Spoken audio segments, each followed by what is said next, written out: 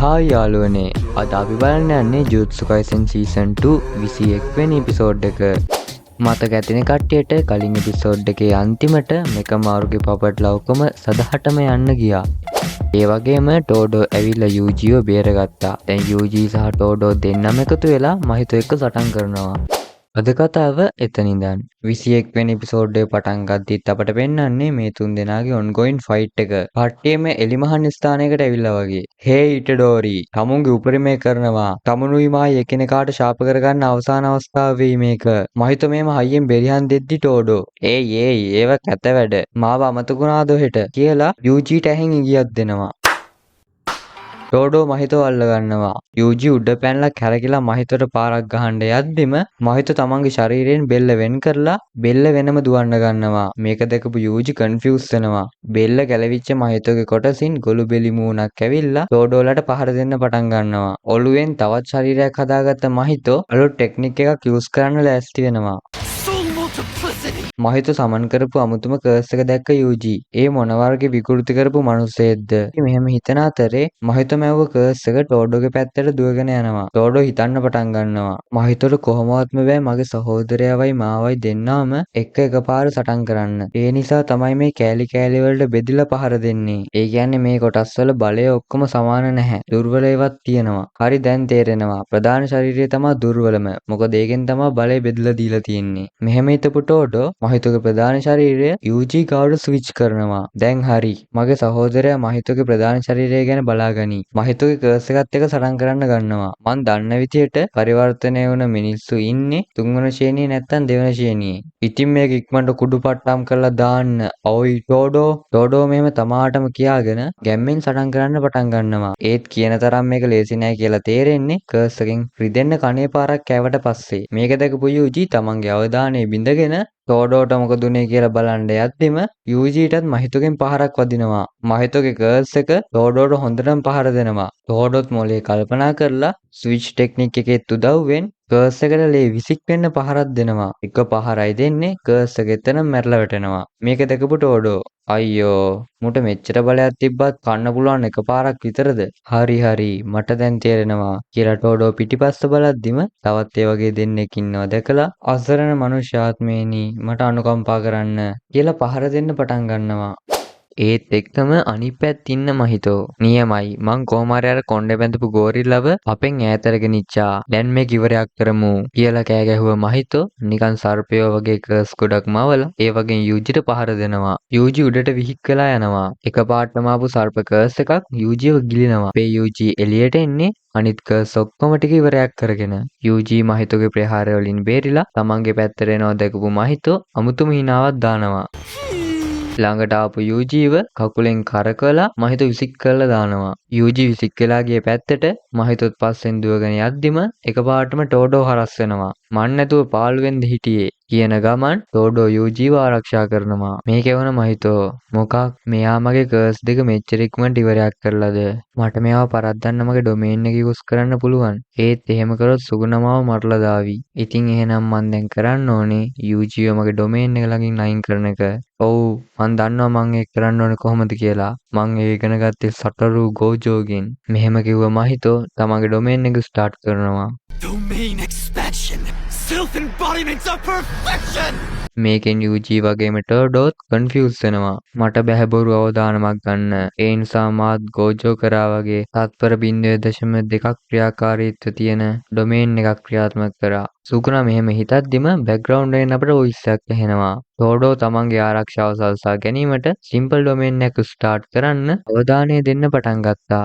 ඊටත් වඩා ඉක්මන් වුණ යූජි මහිතෝට පහර දෙන්න දුවගෙන ගියා. ඒත් ඉතින් මේ දෙන්නටම වඩා ඉක්මනින් මහිතෝ තමන්ගේ ටෙක්නික් එක ඇක්ටිවේට් කරා. සාමාන්‍යයෙන් ඩොමේන් එකක් ස්ටාර්ට් කරලා පස්සේ තමා ටෙක්නික් එක පාවිච්චි කරන්නේ. ඒත් මහිතෝ මෙතන තමන්ගේ ඩොමේන් එක ස්ටාර්ට් කරනවත් එක්කම idle transfiguration ටෙක්නික් එකත් මර්ජ් කරා. ඒකම අපට පෙන්නනවා මහිතව සුකුණාගේ ඩොමේන් එකට ඇදලා යනවා. ඉතින් මම මේ පාරේ ඒක ආරක්ෂිතව කළා නේද සුකුණා? මං දන්නවා ඔයා ගාව යෝජිව පාවිච්චි කරලා එළියට එන්න ප්ලෑන් එකක් තියෙනවා කියලා. ඒත් මට කනගාටුයි. ඔයාට ඒක කරන්න වෙන්නේ නැති වෙයි. මොකද දැන් මං යෝජිව මරනවා. ඉතින් දැන් කට වහගෙන බලාගෙන ඉන්නවා. මහිතෝ මෙහෙම කිව්වට පස්සේ එකපාරටම වීදුරුවක් බිඳෙනවා වගේ වෙනවා. නැවතත් යථාර්ථ ලෝකයට මහිතෝගේ ඩොමේන් එක ඉවර වෙනවා. තමන්ගේ අත එකපාරටම වෙනස් වෙනවා දැකපු ටෝඩෝ ඒක කපලා දානවා.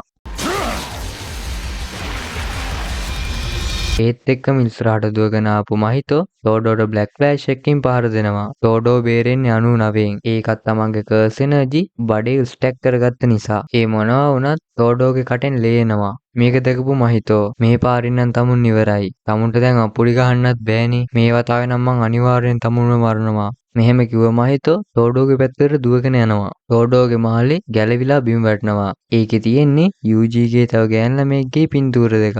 මේක දැකපු මහිතෝගේ මූණ තමා මේ. මේකෙන් මහිතෝගේ අවධානය වෙනස් වෙනවා. එතකොටම මහිතෝගේ අතටම අපුඩියක් ගහපු ටෝඩෝ යූජී එක්ක ස්විච් වෙනවා. යූජීගේ බ්ලැක් ෆ්ලෑෂ් එකෙන් මහිතෝ විහික් වෙලා යනවා. මේ අතරේ අපේ බිම වැටලා ඉන්න වීරයා තමන්ගේ අත දිහා බලාගෙන අවුලක් නෑ. මං කොහොම හරි ඌ එකපාරක් අල්ලලා බේරුණානේ. මෙහෙම හිතුව ටෝඩෝට සිහිය නැතුව බිම වැටෙනවා. මේක දැක්ක යූජී ඩෝන්ට් වරි ටෝඩෝ ඉතුරු ටික මම බලා ගන්නම්. ඒ වගේම ස්තුතියි කියලා මහිතෝගේ පැත්තට දුවගෙන යනවා. යූජී තමන්ගේ පැත්තට වේගෙන් දුවගෙන එනවා දැකපු මහිත දෙවියනේ මට විශ්වාස කරන්නවත් බෑ. මං තවත් බරපතල බ්ලැක් ෆ්ලෑෂ් එකකින් වද්දගත්තා කියලා. අර කොණ්ඩේ බැඳපු ගෝරිල්ලා අවසාන මොහොතේ මට ෂොට් එක දුන්නා එහෙනම්. ඒත් දැන් මට තේරෙනවා මගේ ආත්මයේ සැබෑම සාරය. මෙහෙම කිව්ව මහිතෝ තමන්ටම idle transfiguration ටෙක්නික් එක යූස් කරනවා. මේකෙන් අමුතුම වෙනමක් ලැබුණ මහිතෝ මට සුබ උපන්දිනයක් කියන්නට ඩෝරි.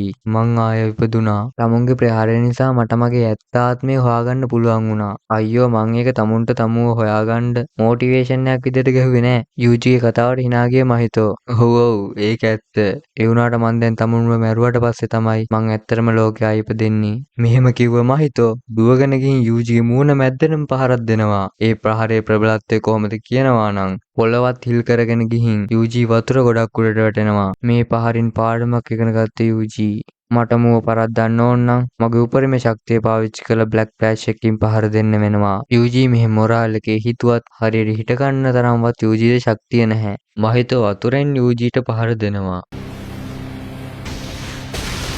වතුර දෙබෑ කරගෙන එළියට ආපු යූජී සහ මහිතෝ අතර ෆේස් ටු ෆේස් සටන් නැති වෙනවා. අන්තිමේදී දෙන්නම් බ්ලැක් ෆ්ලෑෂ් දෙකකින් ගහගන්න යනවා. ඒත් මහිතෝ තමන්ගේ ශරීරය දැඩි කරලා ඒකින් බේරෙනවා. ඒත් එක්කම උඩින් ආපු ටෝඩෝ ඒ ඉමෝඩ කර්ස් එක අතක් නැති වුණා කියලා පරදිනවද?